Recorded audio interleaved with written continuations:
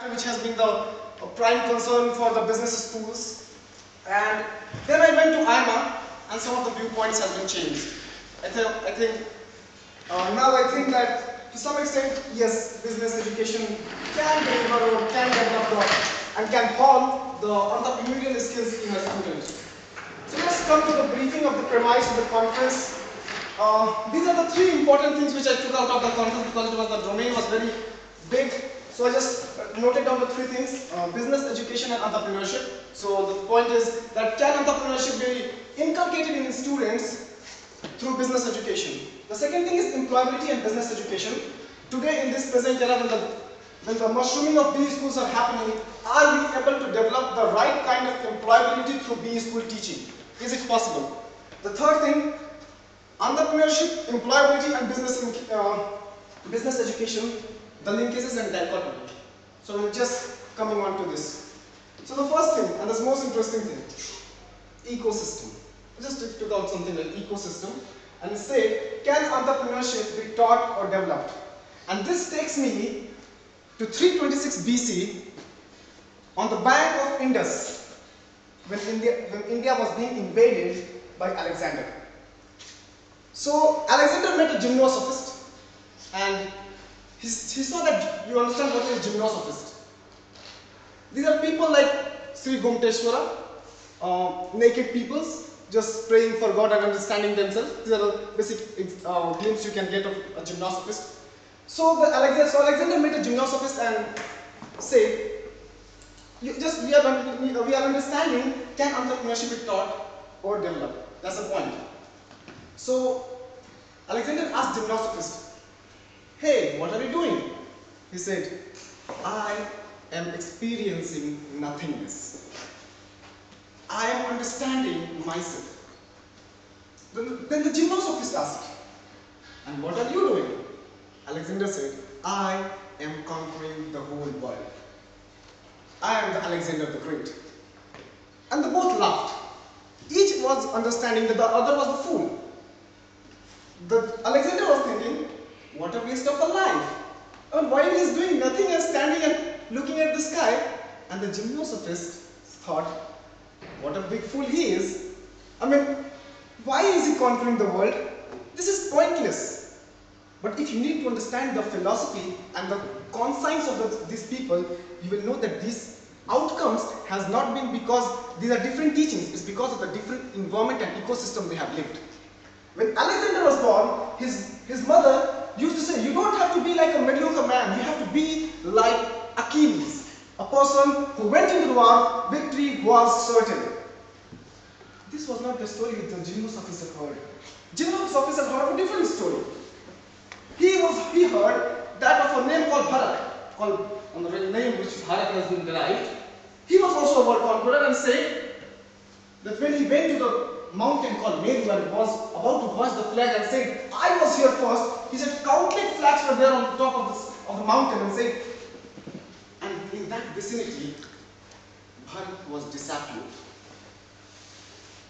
So see, Alexander, now this is the point I just wanted to come to the story and just want to make, that if a person has brought into a different ecosystem, a system where you can have the impetus on courage, on risk taking, of course, the outcome is something which will be different from something where you don't provide an ecosystem where the courage and risk taking ability is not seen.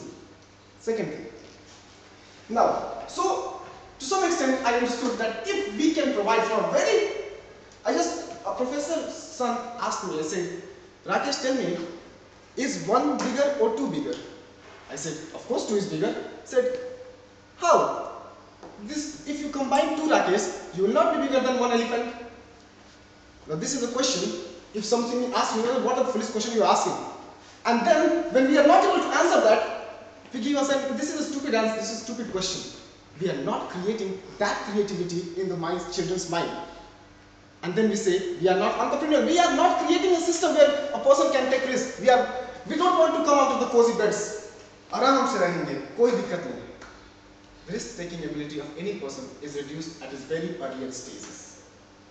So if we can, from the very childhood of a child, we can inculcate the risk-taking behavior, give the freedom to that to do whatever we want, maybe entrepreneurship culture can be cultivated in India. That's what my feeling is.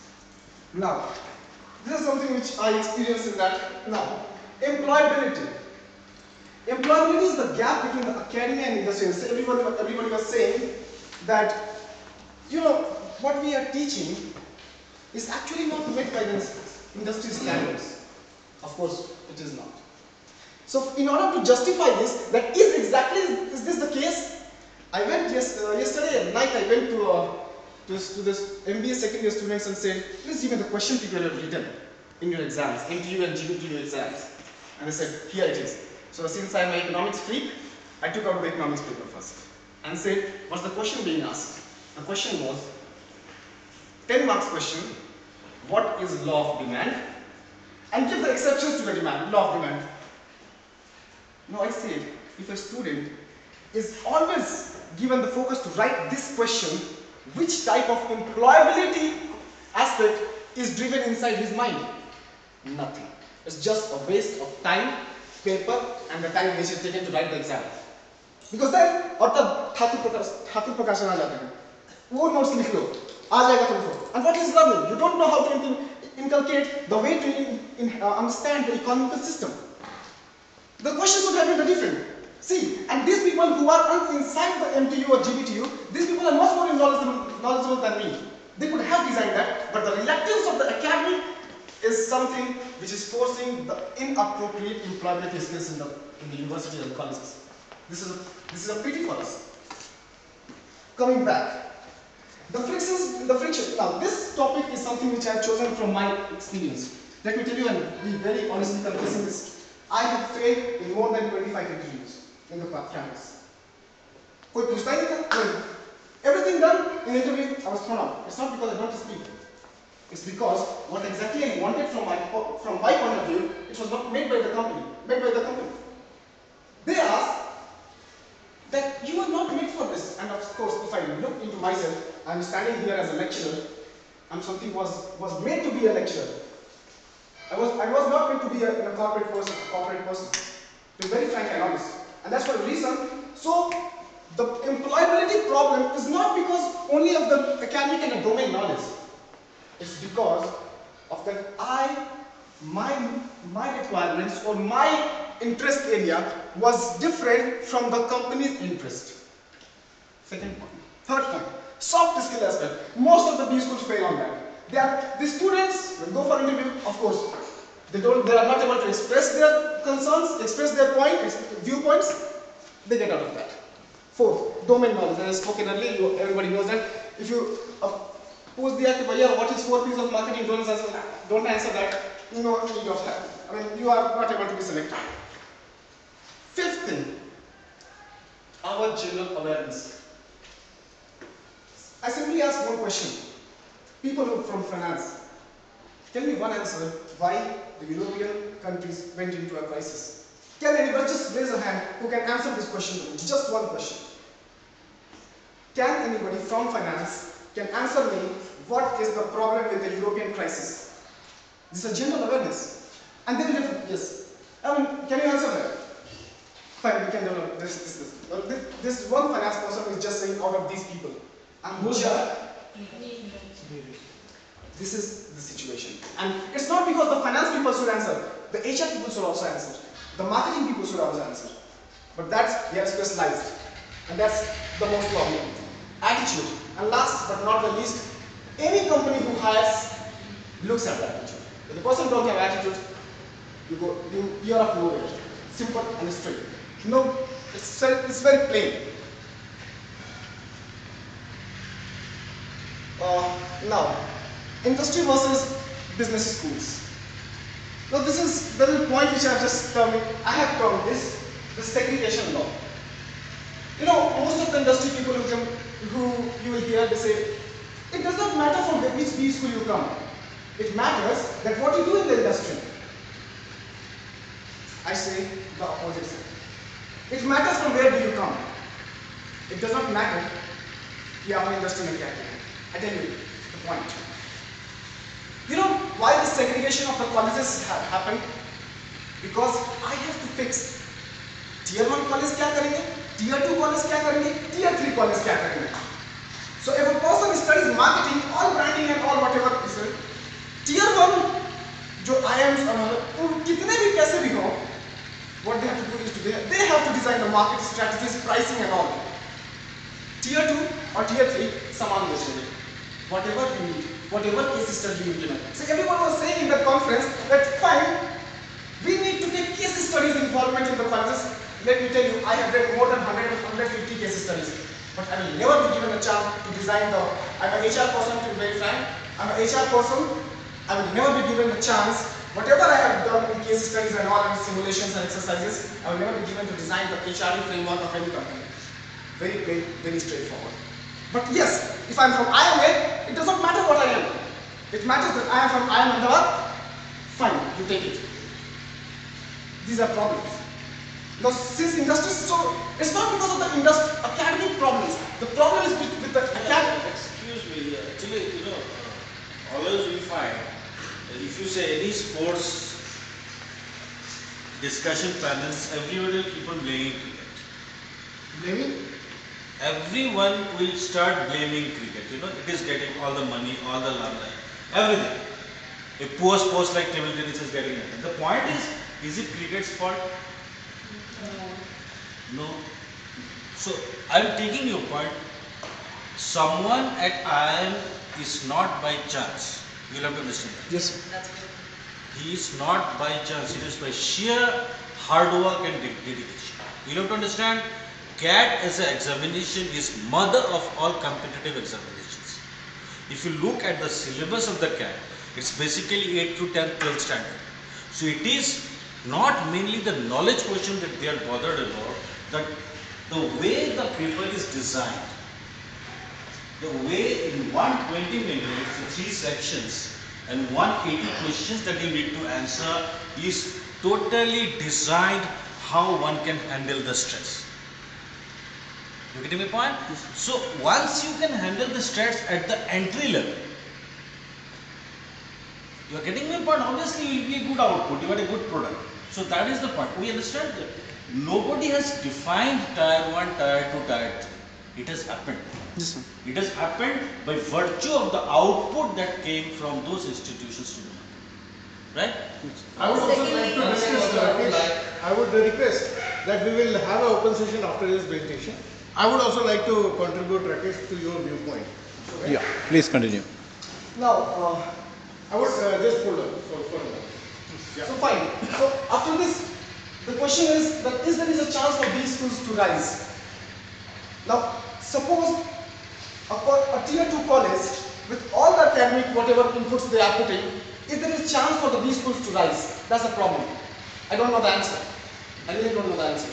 When you put all the impetus on that, if you start making the rigor and all the requirements of the B school, is there a chance for the students and the college to rise over there? I don't know. I will give you the answer after the presentation. Just point to minute. Then, if no is the answer, then what actually matters? And I don't have a ready-made answer for this, so either from the discussion we can get it. I will definitely. So, the B school curriculum and entrepreneurship. When I was working, I got a chance to get a postgraduate diploma in entrepreneurship from EDI Ahmedabad. So, you know what they did? They given me a framework. You create a business plan. This is the thing you need to do the market research. You need to do surveys and all. Made you logical. I always say in India, the logical happening, the institutional thinking does not take place. It's very open fact. No institutional thinking India does not support institutional thinking. The top models which have been developed in Japan, US, UK does not work in India. And we are just copying that model to come to a conclusion, and that's why businesses fail. The reason for failure is not because we are not capable. The problem is that we are implying those top models in India which actually does not work. So what is the work? So, detachment from the cultural belongingness. We have moved out of the cultural aspect. We have started being logical. There was one point which is mentioned by S.K. Balan, the director of the Great Lakes. He said, the emotional support and the emotional quotient has been coming out of our businesses. And this was also the prime focus of Rajneesh Jhan's lecture. He was saying, emotional attachment is very needed. And this is the need of the hour. So, I think that the triple bottom line which we say, people, profits and planet, should be moved to people, planet and problem solving. It's not the profits. Profits will come the moment you solve the problem. It will come. Of course it will come. If you understand that this is the problem, I have to solve this. So the people, planet and problem solving should be the new triple bottom line in spite of people, profits and planet. Now, and of course entrepreneurship today, I should say, is a new economic chapter. Now, this is the last slide I am talking about, the focus, bottom of the pyramid. This was developed in University of Michigan by C.K. Prahlad and it was highly criticized also. He says the future is at the bottom of the pyramid, the people living, there are 4 billion, around 3 billion people, more than 3 billion people in this whole world who are living below $1 a day. The opportunity lies over there. But Anil Karnani, who was his own colleague, he said, it does not lie over there. We don't have to focus on that. We need to make those people the factors of production, where they get the factor payment from them, and we can use that as an economic model. But let me tell you, this point can clear each and everything. I mean, we can read this. If Prahlad had not been more than a purveyor of phraseology, he would have been dead. This concept would be dead. Mankind is not grateful for that sort of service and forgets quickly the names of people who write the liberties of its political operas. Thank you very much. Now for the questions. Anybody wants to? Yes. Yeah, Come out with I think questions. we would have 10 minutes of open session, then we'll move forward. Yeah, anybody, Mrs. Gangli, you and Kamal wanted to remark? Rakesh, take it. Yeah. Gangli ma'am, quickly. When I was remarking on your point that it matters from where you have come and it doesn't matter what you have done in the industry, which I do not agree, because from wherever you have come, if you do not have the knowledge, the industry will not retain you. Or from where you have come, if you have made the knowledge and you have make a demarcation in the industry, they will definitely have you and you will be going up in the stairs and you will be making marked difference in the industry. That is the truth. I have myself believed in it and I have done it in my life. I was not from IIMS or Pilani from anywhere, but still I have always been the hierarchy system where I have designed the systems of HR. So if you have the knowledge, it doesn't make a difference from where you have come, but you need to portray that in your industry and make the people know that you have the knowledge. May where you have come, but for the 5 years in the industry, people will not ask you from where you are. People ask you what work you have done in the industry. That's my question is. Okay, we can take it forward. Yeah.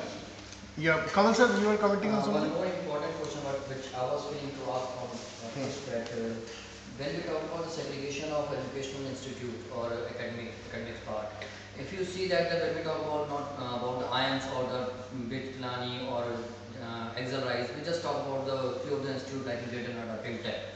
If we talk about the BIMTech institute, you can see the segregation of the students also, research scholars over there. The research scholars for the enrollment of their various PhD program also there. They have not enrolled 30 students in their main campus and they ask if you want to conduct research, you have to conduct in their extension BIMTech, which is in I think Noida sector 1. Why this gap has been made? Why not in the main branch? Though they have a seats, but they are not allowed because of this segregation. The area where you are doing the research work is not that much of important, which is they are looking for their main branch, where they are giving more importance. The professors who are here, who are conducting the research, and the professors who are there, they are not permanent basis.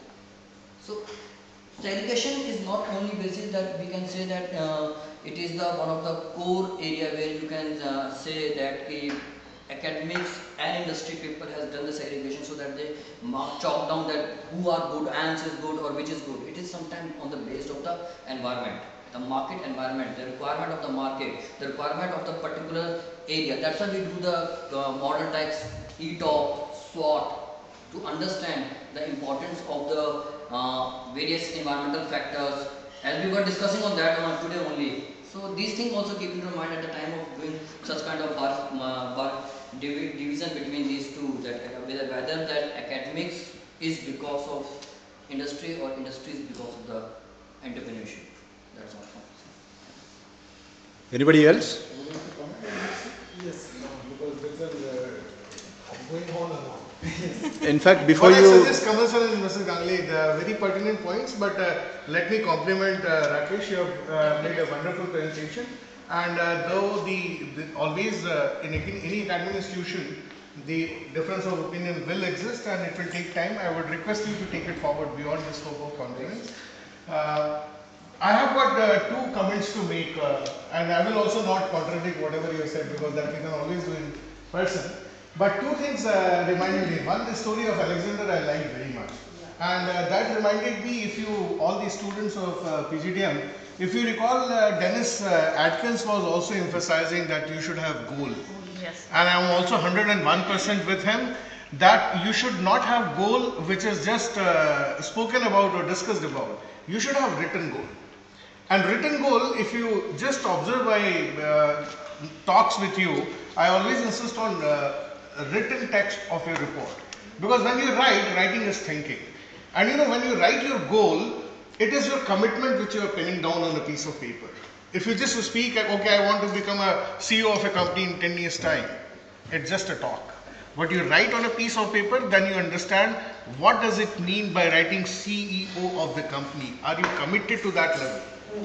And second thing about Alexander, I also have to tell you the story, and that is related with the goal. That what is that goal you have? You set any goal for yourself? When Alexander started his journey for conquering the whole world, he went to his guru, to Arastu, and Arastu was just lying on one of the beaches. And then Alexander said that I'm going to conquer the world. I'm just planning my journey from north, and I thought I will just take your lessons. So he said, okay, fine, you're going to north first, yeah? What will you do after that? He said, I will go to then west and conquer the world, then I will go east, then I will go north, east, west, south, all directions. And then he said, what will you do? He said that I will conquer the world. And then Arsu asked me, then what will you do? Then he said, conquering the world, after conquering the world, मैं आराम से फिर बैठूंगा, निश्चिंत। तो उसने कहा ठीक है, लेकिन वो काम तो मैं अभी कर रहा हूँ। वो काम तो मैं अभी कर रहा हूँ। मतलब जो काम तुम दुनिया भर जीत के इतना खून खराबा करके मर रख के आओगे, and that is what I am exactly doing. So he asked me, आपको सर गुरु दक्षिणा में क्या चाहिए? उसने कहा बस तुम जहाँ खड़े हो ना, वहाँ से थोड़ी धूप की रोशनी नहीं आ रही है, तुम थोड़ा साइड हट जाओ, धूप की रोशनी आने दो। What does it mean? It means that Arastu was a contented person. He knew what the goal of his life is. Alexander also knew what is the goal of your life, and that is what reminded me as the importance of goal of your life. Whether you want to rest after conquering the world or you want to rest right now. And that's why the clarity of mind, clarity of thought, clarity of goal has to be there. Right? As far as goal is concerned, that is what I have to share with you, and what inspired me of talking by Rakesh presentation, that yes, this 2 year, 3 year, first year, 2 year, second year, this all has been made by industry. But there is nothing permanent in life. This all can be changed. And let me tell you, this is changing. You know, in whatever tier we come, I don't care. But I only care that if Shriram students are good, Shriram is going to be one of the best institutions in India. And who will do it? Students. And both left and right, the people who are sitting. And we will make it happen. You know, I also belong to a very small mid-town city called Varanasi. But I worked for one of the best multinational at that time, Hindustan Unilever. Very simple guy. So it does not mean people belonging from the small place cannot do the big work. They can do that. And I'm sure all of you will really bring laurels to Shriram. But yes, there is a method to do it, and we will all make sure we do it. Okay. One thing I have to just share with you, that there are two things which is called, one is academic knowledge and another is industry knowledge. I just want to share you 2 minutes my perspective on that. What happens right now, if you look into industry knowledge, is 2-3 years or 4 years ahead of academic knowledge. What happens when something happens in industry and they solve the problem, then academics start writing case study. This has to be other way around. For instance, if you have to understand what I am trying to tell you, is there any industry coming to academics nowadays or coming to management institution with the problem? Sir, I am having this a problem. Can you, with all of your wisdom and knowledge, solve this? None of the industries come to the academics. And that's why I say academic knowledge is lagging behind than industry knowledge. Those who are doing business, they have got more knowledge in terms of their own businesses. And academics has to raise their level to reach to the industry. And you know, it is not that you have to raise your capability as a management institution to intervene into the businesses and find out the solution to their problem. Right now, what industry feels, अच्छा ये तो पढ़ाने लिखाने वाले लोग हैं, किताब पढ़ते हैं, इनको business का पता नहीं है. इनको business के लिए हम problem लेके नहीं जाते हैं. But what happens if you look at all these institutions which we talked about, 1-tier, MDI, IMs and all that, they are more exposed to industry and they are very much connected with the industry. They send their students for the live project, they understand industry problem. If you look into the case study Business Harvard Review, I happen to be the chance of meeting Mr. Who has written the balance scorecard, right? Not a name. I have given you that text. Do you remember the name? No, I don't remember the name. Okay. Robert Kalpan. So Robert Kalpan, actually he has given two major concepts in areas of management. One, he has given the balance scorecard concept. And second, he has given the activity-based costing. What he has said that whatever costings we have done, it is every costing of the businesses has to be activity-based. And he has given an entirely different concept. Just to share with you, balance scorecard means that he has said that you cannot judge a company based on your balance sheet. For instance, Infosys is having $7 million company on a balance sheet, if you look into it. But what is the market worth of Infosys? That is $35 million. The reason being, there is something which is called brand equity, there is something called which is not measurable. Why if Infosys is being sold today, it is $35 billion? Because the perception of the company, the setup, the brand equity, the staff, the work which they have done, it will all put together and that cannot come on a scorecard or the balance sheet. So, same holds true. What is Shriram? Shriram is just not the sum total of the cost of the lecture room or hall and all that. Shriram is a sum total of all your experiences on left side, all your experiences on right side, and there is equity and there is a value proposition. And therefore, if you took everything into account, he proposed the concept of balance scorecard. So what he has done, and the learning from his interaction just 15 days back with him in FICCI, that has taught me, he just said that you just pick up a problem from the industry and then start working on it. And that problem should be big enough to catch the attention of everybody. Just pick up the problem, and then he says that you develop a theory and don't develop the theory from practice. That's what he said, not from the practice to theory. And what is exactly is happening if the problem is there, if Maruti Suzuki, 2 of the HR manager has been shot, we again start, incident had happened, problem has happened, everybody start giving views and academic research and everything start happening. He said it's other way around. You identify the problem from the industry and then develop a theory for it.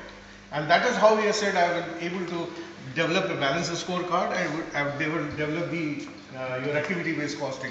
And is still working on 2-3 projects which is openly discussed. If you want, I can give you the text and paper of whatever has happened. So what I am saying that it is the academic knowledge which has to supersede the industry knowledge. That we can only do once we have the real appreciation of the businesses and the industry. I have to talk more, but Sir, I have a statement to make. Please. From all these, I've been actually listening. I've been also working as a photographer or videographer. On the talk given by